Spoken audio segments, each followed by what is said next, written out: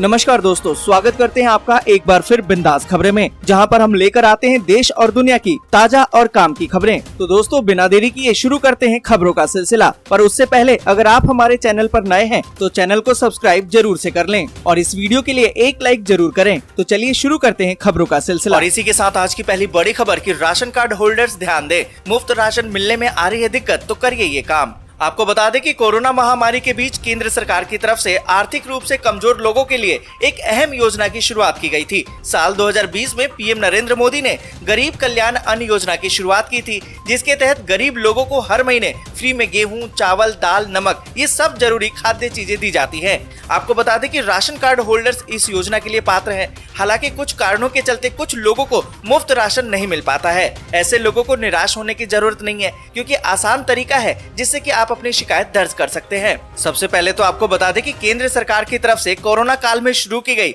मुफ्त राशन योजना को आगे बढ़ाते हुए इसे one nation one ration card के तहत अब लोगों को आधार से राशन कार्ड को लिंक करने के लिए कहा गया है। तो अगर आपने भी अपने राशन कार्ड को आधार से लिंक नहीं किया है तो जल्दी से करवा लें। और साथ ही आपको बता दें कि अगर उसके बावजूद भी आपको फ्री राशन मिलने में दिक्कत हो रही है तो आप 1800110841 पर कॉल करके अपनी शिकायत दर्ज कर सकते हैं। और इसी के साथ अगली बड़ी खबर की कोविड-19 बूस्टर डोज से पहले बढ़ी कोरोना की रफ्तार। लगातार दूसरे दिन आए हैं 20,000 से ज्यादा नए मामले। आपको बता दें कि देश में कोरोना वायरस का कहर अभी भी जारी है। बीते एक दिन में कोविड-19 के नए मामले एक बार फिर से डरा रहे हैं। देश में कोरोना वायरस के नए मामले 20,000 से ज्यादा दर्ज किए गए हैं। आंकड़ों की बात करें तो 20,038 नए मामले सामने आए हैं, जबकि इसी दौरान 47 लोगों की मौत हो गई है।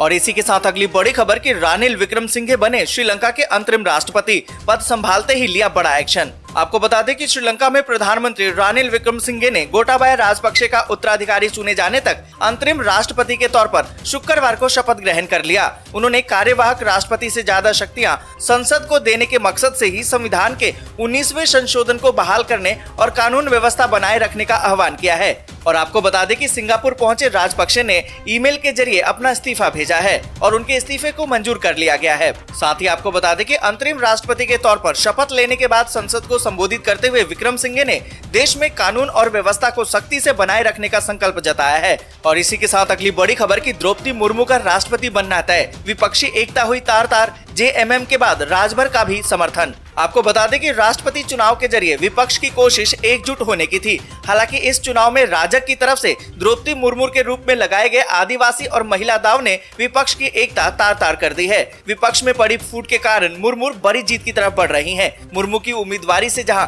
यूपी में फूट पड़ गई है, वहीं दूसरी तरफ विपक्षी दलों में भी द्रौपदी मुर्मू का साथ देने की घोषणा कर दी गई है। और इसी के साथ अगली बड़ी खबर की नेजल स्प्रे से 24 घंटे में वायरस का असर 94% तक कम। क्लिनिकल ट्रायल के बाद किया गया है दावा। आपको बता दें कि कोरोना के खतरों से बचने के लिए तैयार की गई नेजल स्प्रे से 24 घंटे के भीतर ही वायरस का असर 94% तक कम हो जाता है, जबकि 48 घंटे में 99% तक वायरस पर काबू पाया जाता है। मुंबई स्थित फार्मा कंपनी ग्लेनमार्क ने क्लिनिकल ट्रायल के परिणामों में ये दावा किया है, जिसे medical journal the Lancet regional health में प्रकाशित भी किया गया है। इस साल फरवरी में सरकार से अनुमति वाले इस नेजल स्प्रे को फेवी स्प्रे नाम से लॉन्च किया गया। और इसी के साथ अगली बड़ी खबर की सावन महीने में मिले ज्ञानवापी मस्जिद स्थित शिवलिंग की पूजा की अनुमति। सुप्रीम कोर्ट में पीआईएल दाखिल। यहाँ पर आपको बता दें कि वाराणसी की ज्ञानवापी मस्जिद विवाद से जुड़ी हुई एक नई जनहित याचिका यानी कि पीआईएल सुप्रीम कोर्ट में दायर कर दी गई है। हिंदू पक्ष की तरफ से दायर इस याचिका में मांग की गई है कि अभी सावन का पवित्र महीना चल रहा है और ज्ञानवापी मस्जिद स्थित शिवलिंग की पूजा करना उनका मौलिक अधिकार है। इस तरह सर्वोच्च अदालत हिंदुओं को वहाँ पूजा करने की अनुमति दे। आपको बता दें कि वाराणसी की जिला अदालत में इस मामले पर सुनवाई चल रही है। ऐसे में सुप्रीम कोर्ट में दायर इस याचिका का क्या रुख रहता है, इस पर सभी की निगाहें हैं। उम्मीद है कि सुप्रीम कोर्ट अगले हफ्ते इस याचिका पर सुनवाई कर सकता है। और इसी के साथ अगली बड़ी खबर की कोरोना ने फिर से बढ़ाई टेंशन। ऑस्ट्रेलिया ने बुलाई है आपात बैठक। न्यूजीलैंड में हालात चिंताजनक और भारत में है सतर्कता। आपको बता दें कि दुनिया भर में कोरोना के मामले फिर से बढ़ रहे हैं। इस बीच ऑस्ट्रेलिया के प्रधानमंत्री ने राष्ट्रीय कैबिनेट की बैठक बुलाई है। इसमें कोरोना वायरस के मामले पर चर्चा की गई। आपको बता दें कि ऑस्ट्रेलिया के प्रधानमंत्री ने मौजूदा सर्दियों के महीनों में बढ़ते कोरोना वायरस संकट पर चर्चा के लिए ये आपातकालीन राष्ट्रीय कैबिनेट बैठक बुलाई। आपको बता दें कि स्वास्थ्य मंत्री मार्क बटलर ने चेतावनी दी है कि आने वाले हफ्तों में लाखों ऑस्ट्रेलियाई कोविड की चपेट में आ सकते हैं। इस बीच आपको बता दें कि ऑस्ट्रेलिया में शुक्रवार को 40,000 से ज्यादा नए मामले सामने आए और इस दौरान 60 से ज्यादा मौतें हुई हैं। ऑस्ट्रेलिया के पड़ोसी देश न्यूजीलैंड में भी कोरोना के मरीज बड़ी संख्या में आ रहे हैं। यहाँ बीते 24 घंटे में कोविड के 10,470 नए मामले आए हैं। इस दौरान महामारी से 16 और मौतें हो गई हैं। ब्रिटेन की बात करें तो ब्रिटेन में कोविड-19 से अब तक 2 लाख से ज्यादा मौतें दर्ज की गई हैं। एक आधिकारिक आंकड़े के मुताबिक जुलाई की शुरुआत तक देश में कोविड-19 के कुल 2,247 मौतें हुई हैं। साथ ही आपको बता दें कि भारत में भी कोरोना के मामले बढ़े हैं। बीते 2 दिनों से कोरोना संक्रमण के पॉजिटिव मामले 20,000 के पार रहे हैं। आपको बता दें कि सरकार के वैक्सीन प्रोग्राम के बाद भी केस थमने का नाम नहीं ले रहा है। ऐसे में कहा तो यही जा रहा है कि जब तक कोई फुल प्रूफ उपाय नहीं आ जाता तब तक कोरोना प्रोटोकॉल का कड़ाई से पालन करने की जरूरत है। और इसी के साथ अगली बड़ी खबर कि यूके पीएम पद के दावेदार के तौर पर ऋषि सुनक की बढ़त जारी, दूसरे राउंड में भी मिले सबसे ज्यादा वोट। आपको बता दें कि यूके के प्रधानमंत्री के तौर पर बोरिस जॉनसन के उत्तराधिकारी के तौर पर भारतीय मूल के ऋषि सुनक की अपनी बढ़त बरकरार रखी है। दूसरे राउंड में भी उनको सबसे ज्यादा वोट हासिल हुए हैं। सुनक 101 वोट के साथ पहले स्थान पर रहे हैं। आपको बता दें कि सुनक ब्रिटेन का वित्त मंत्री का पद संभाल चुके हैं। सुनक ने बढ़त बना रखी है। गौरतलब है कि प्रधानमंत्री और कंजर्वेटिव पार्टी के नेता बोरिस जॉनसन की जगह लेने की दौड़ में सुनक पहले राउंड में सबसे आगे थे और दूसरे राउंड में भी वो बढ़त बना चुके हैं। और इसी के साथ अगली बड़ी खबर कि नेपाल के बाढ़ पीड़ितों को भारत ने भेजी राहत सामग्री, 3000 टेंट और 10 मोटर बोट भी है शामिल। आपको बता दें कि भारत ने नेपाल में बाढ़ और भूस्खलन से पीड़ित लोगों की मदद के लिए राहत सामग्री भेजी है। भारतीय दूतावास नवीन श्रीवास्तव ने नेपाल के गृह मंत्री बालकृष्ण को इसे सौंपा है। राहत सामग्री में 3000 टेंट और 10 मोटर बोट भी शामिल है।